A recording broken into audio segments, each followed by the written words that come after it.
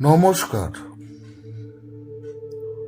সুধী দর্শকবৃন্দ ও শ্রোতাবৃন্দ। জয়রামবাটি এক মহান তীর্থক্ষেত্র। এখানেই 160 বছর আগে তিনি আবির্ভূতা হয়েছিলেন। তিনি বিশ্বমাতৃত্বের প্রতিচ্ছবি, তিনি আদ্যাশক্তি মহামায়া স্বরূপ। অনেকে তাকে শ্রী শ্রীরামকৃষ্ণের ঐশী শক্তির সার্থক রূপ বলে থাকেন। তিনি হলেন শারদামণি, আমাদের মা শারদা। বাঁকুড়া জেলার ছোট্ট একটি গ্রাম জয়রামবাটি। ঈশ্বরের আশীর্বাদ হস্ত বুঝি ওই গ্রামের ওপর প্রসারিত। তাই তো আশেপাশের গ্রামগুলো যখন ম্যালেরিয়ায় আক্রান্ত, তখন জয়রামবাটির লোকেরা নিরোগ সুস্থ শরীরে দিন কাটাচ্ছে। জেলার গ্রামগুলো দুর্ভিক্ষের কবলে যখন, তখন এই গ্রাম শস্যপূর্ণ ও জনাকীর্ণ। মোটা ভাত কাপড়ের অভাব হয়নি। গ্রামের উত্তর প্রান্তে নানা রকম ফসলের জমি। আবাদি জমির শেষে দামোদর, টলটলে জলধারা সেখান দিয়ে বয়ে চলেছে। অনেক নদী যখন মজে হেজে গেছে, তখনও এই ছোট নদের জল শুকিয়ে যায়নি। আয়তনে ছোট কিন্তু গভীর, সারা বছর জল থাকে।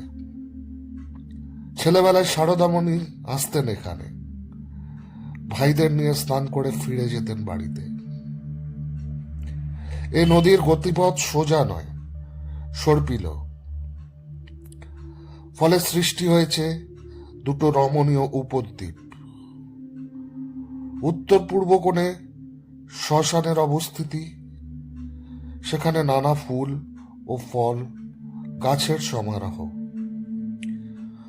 ফুলের সুগন্ধে আমোদিত। অন্য পাড়ে তাজপুর গ্রাম, দক্ষিণে জিব্বট্টা, দক্ষিণ পশ্চিমে মসিনাপুর ও পশ্চিমে শিহর।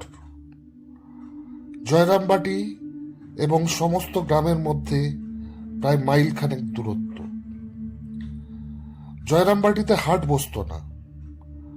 গ্রামবাসীদের প্রত্যেকেরই নিজস্ব জমিতে কিছু ফসল উৎপন্ন হতো। খাদ্যের সমস্যা মিটত, কিন্তু বস্ত্র, এজন্য তাদের 3 ক্রোশ উত্তরে কোতুলপুরে আসতে হতো, নয়তো 3 ক্রোশ ঠেঙিয়ে দক্ষিণ পশ্চিমে কয়াপাটে যেতে হতো। ছোট্ট গ্রাম জয়রামবাটিতে জমিদার বা ধনী লোকের বাস ছিল না। সকলেই ছাপোষা মানুষ। তাই বলে পুজো পার্বণ থেকে শুরু করে ছোটখাটো উৎসবের আয়োজনে ঘাটতি ছিল না।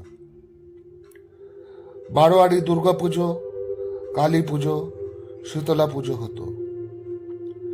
গ্রামের সকলে সেই পূজা প্রাঙ্গণে এসে সমবেত হতেন। আনন্দ খুশির মধ্যে কেটে যেত উৎসব মুখর দিনগুলো।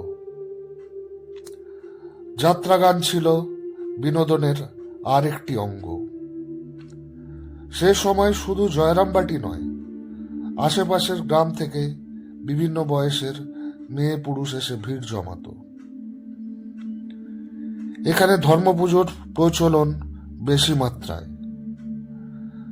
যাত্রা সিদ্ধিরায়তে ধর্ম ঠাকুরের মন্দির আছে। এছাড়া প্রাচীন ধর্ম ঠাকুরের মন্দিরও রয়েছে, যিনি সুন্দর নারায়ণ রূপে পুজো পেয়ে এসছেন গ্রামের মুখুজ্জ বংশের কুলদেবতা হিসেবে। এছাড়া আছেন মা সিংহবাহিনীর মন্দির। 3টি ছোট বিগ্রহে বিরাজিতা এই দুর্গা দেবী নাকি অত্যন্ত জাগ্রত।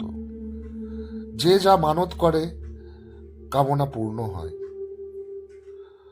বর্তমানে অবশ্য জয়রামবাটি গ্রামের সবচেয়ে উল্লেখযোগ্য দর্শনীয় স্থান শ্রী শ্রী মায়ের জন্ম মন্দির। মন্দিরের চূড়ায় ধ্বজ, মাঝে মা নাম খোদাই করা দূর থেকে নজরে পড়ে। আজ জয়রামবাটি এক মহাতীর্থে পরিণত হয়েছে। দূর দূরান্ত থেকে ভক্তদের আগমন ঘটে। শুধু আমাদের দেশ নয়, বিদেশ থেকেও বহু মানুষ আসেন এই পবিত্র স্থানটির মাটি মাথায় দিয়ে ধন্য হন। মাতৃস্মৃতি মন্দির দর্শন করে জীবন সার্থক করেন। নমস্কার।